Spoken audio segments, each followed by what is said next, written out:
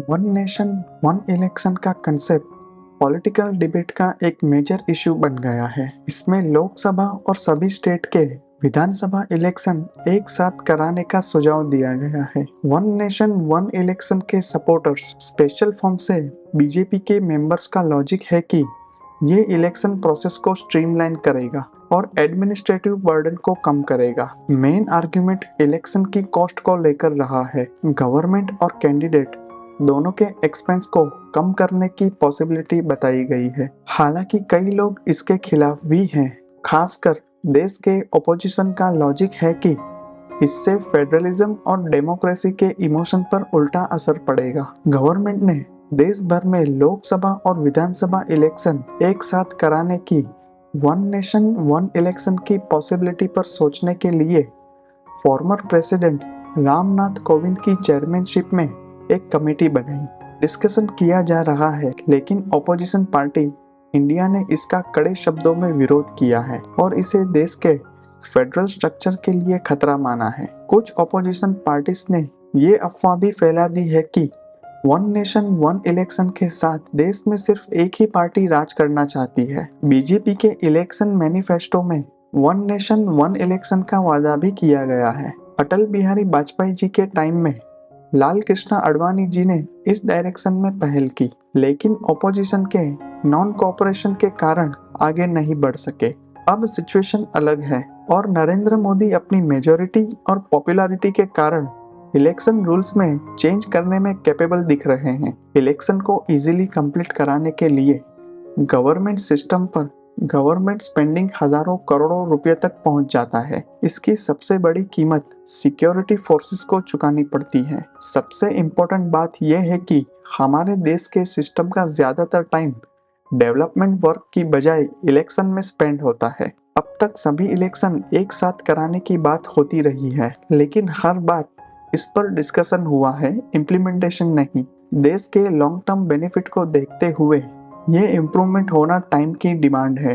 एक सजेशन ये है कि स्टेट विधानसभाओं के इलेक्शन एक साथ कराना जरूरी है। स्टेट विधानसभाओं के इलेक्शन जनरल इलेक्शन के 2.5 साल बाद होने चाहिए। ये अमेरिका में हुए कांग्रेस के मिड टर्म इलेक्शन के सिमिलर हो सकता है। वोटर्स को अपना डिससेटिस्फेक्शन एक्सप्रेस करने के लिए 5 साल तक इंतजार ना करना पड़े। उन्हें हर 2.5 साल में मौका मिले, इसलिए नारा होना चाहिए one nation two elections. Present में अगर गवर्नमेंट गिर जाती है और मिड टर्म इलेक्शन होते हैं तो नई विधानसभा को पूरे 5 साल का शासन मिलता है। एक साथ इलेक्शन कराने के लिए इस प्रोविजन में मॉडिफिकेशन करना होगा। किसी भी नई गवर्नमेंट को बचे हुए 5 साल के लिए शासन करना होगा, नए 5 साल के लिए नहीं। यह मेक श्योर करेगा कि स्टेट में इलेक्शन एक साथ होने चाहिए। मेन क्वेश्चन इलेक्शन की कॉस्ट का नहीं, बल्कि उनके रिप्रेजेंटेशन की फेयरनेस का है। वोटर्स को अपना डिससेटिस्फेक्शन जताने के लिए पूरे 5 साल तक इंतजार नहीं करना चाहिए। एक साथ इलेक्शन के फेवर में 2 मेन रीजन बताए गए हैं। सबसे पहले वो इलेक्शन कराने की कॉस्ट को कम करेंगे, न केवल गवर्नमेंट कॉस्ट बल्कि इलेक्शन लड़ने की प्राइवेट कॉस्ट को भी कम करेंगे। दोनों मिलकर 1000 करोड़ रुपए बचा सकते हैं। दूसरा, इंडिया में प्रेजेंट में हर साल कई स्टेट्स में इलेक्शन होते हैं। इसका मतलब ये है कि सभी पार्टियां लगातार इलेक्शन मूड में हैं और लॉन्ग टर्म डेवलपमेंट के नाम पर पॉपुलर होने के हथकंडे इस्तेमाल हो रहे हैं। एक साथ इलेक्शन होने से सेंटर और स्टेट गवर्नमेंट्स को डेवलपमेंट पर कॉन्सेंट्रेट करने के लिए पूरे 5 साल का टाइम मिलेगा। ऑपोजिशन पार्टीज का कहना है कि यह सब रियल रीजन नहीं है। नरेंद्र मोदी की पॉपुलैरिटी उनकी पार्टी से ज्यादा है। यही कारण है कि बीजेपी स्टेट इलेक्शन की कंपेयर में जनरल इलेक्शन में बेहतर परफॉर्मेंस करती है। सबसे बड़ा एग्जांपल दिल्ली का है। 2014 और 19 दोनों में बीजेपी ने लोकसभा इलेक्शन में दिल्ली की सभी 7 सीटें जीती, जो मोदी की पॉपुलैरिटी का प्रूफ है। लेकिन बात के विधानसभा इलेक्शन में आम आदमी पार्टी ने 2015 में 70 में से 67 सीटें और 2020 में 62 सीटें जीती। इसलिए अगर सेंट्रल एंड स्टेट इलेक्शन एक साथ होते हैं तो वोटर एक ही बैलेट पेपर में दोनों के लिए वोट करते हैं, तो मोदी की पॉपुलैरिटी संसद से विधानसभा सीटों तक फैलने की पॉसिबिलिटी है। इससे डेफिनेटली बीजेपी को फायदा होगा और इसलिए ऑपोजिशन इसका कड़ा विरोध कर रहा है। अटल बिहारी वाजपेयी ने 2003 में एक साथ इलेक्शन कराने का प्रपोजल रखा था। तब वो काफी पॉपुलर लग रहे थे और ऑपोजिशन ने भी इसी कारण से इस कदम का विरोध किया था। प्रॉब्लम ये हुई कि वाजपेयी 2004 का जनरल इलेक्शन हार गए। एक प्रधानमंत्री की पॉपुलैरिटी जनरल इलेक्शन में किसी पार्टी को ऑटोमेटिकली वोट नहीं दिलाती। हालांकि मोदी क्लियरली वाजपेयी से ज्यादा पॉपुलर हैं। ऑपोजिशन पार्टीज का दावा है कि एक साथ इलेक्शन फेडरलिज्म की भावना के खिलाफ होंगे, स्टेट लेवल पर मुद्दे कमजोर होंगे और सेंट्रल के मुद्दों पर कंसंट्रेट किया जाएगा। हालांकि ये कमजोर लॉजिक है। 1950 के दशक में एक साथ इलेक्शन हुए। किसी ने यह दावा नहीं किया कि फेडरलिज्म की हत्या हो गई। फिर किसी न किसी कारण से स्टेट गवर्नमेंट्स गिर गई और हर स्टेट में अलग अलग तारीखों पर इलेक्शन होने लगे। इसलिए अब कई स्टेट्स में हर साल इलेक्शन होते हैं। ओपोजिशन का दावा है कि एक साथ इलेक्शन की कॉस्ट बचाने का भ्रम हो सकता है, क्योंकि इसके लिए हजारों एक्स्ट्रा इलेक्ट्रॉनिक्स वोटिंग मशीनों और वीवीपीएटी मशीनों की जरूरत होगी। मार्च में इलेक्शन कमीशन ने सिग्नल दिया था कि 2024 में एक साथ इलेक्शन कराने पर 5100 करोड़ रुपए की एडिशनल कॉस्ट आएगी। 2029 में ये कॉस्ट बढ़कर 8000 करोड़ रुपयों की हो जाएगी। लेकिन एक प्रॉब्लम है।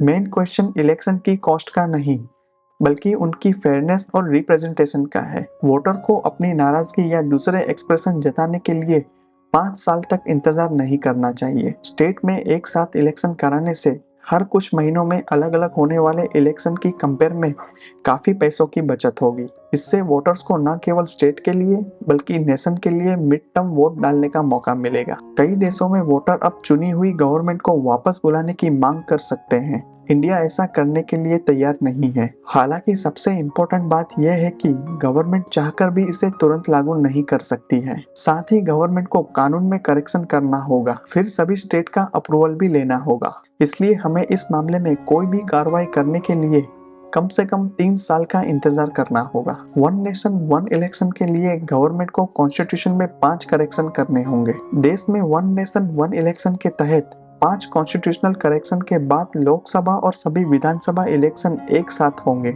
इसके अलावा फ्यूचर में भी एक साथ इलेक्शन कराने के लिए संसद को भंग होने से बचाने समेत कुछ बातों पर सीरियसनेस से सोचना होगा। अगर देश में एक साथ इलेक्शन कराना पड़े तो गवर्नमेंट को 2 बड़ी कॉन्स्टिट्यूशनल प्रॉब्लम का सामना करना पड़ सकता है। एक बात तो यह है कि अगर किसी पार्टी या गठबंधन को इलेक्शन में बहुमत नहीं मिला तो क्या होगा, और दूसरी प्रॉब्लम यह है कि अगर लोकसभा या विधानसभा का कार्यकाल पूरा होने से पहले सरकार गिर गई तो एक साथ इलेक्शन कराने की सिचुएशन खराब हो सकती है। हालांकि लॉ कमीशन ने इन प्रॉब्लम्स पर सलाह दी और कहा कि इलेक्शन में बहुमत न मिलने पर राष्ट्रपति या राज्यपाल सबसे बड़ी पार्टी या अलायंस को सरकार बनाने के लिए इनवाइट कर सकते हैं। फिर भी अगर सरकार नहीं बनी तो मिड टर्म इलेक्शन कराया जाना चाहिए। इसके अलावा अगर सरकार कार्यकाल समाप्त होने से पहले गिर जाती है तो लॉ कमीशन ने सुझाव दिया कि मौजूदा सरकार को अविश्वास प्रस्ताव के माध्यम से तभी हटाया जाना चाहिए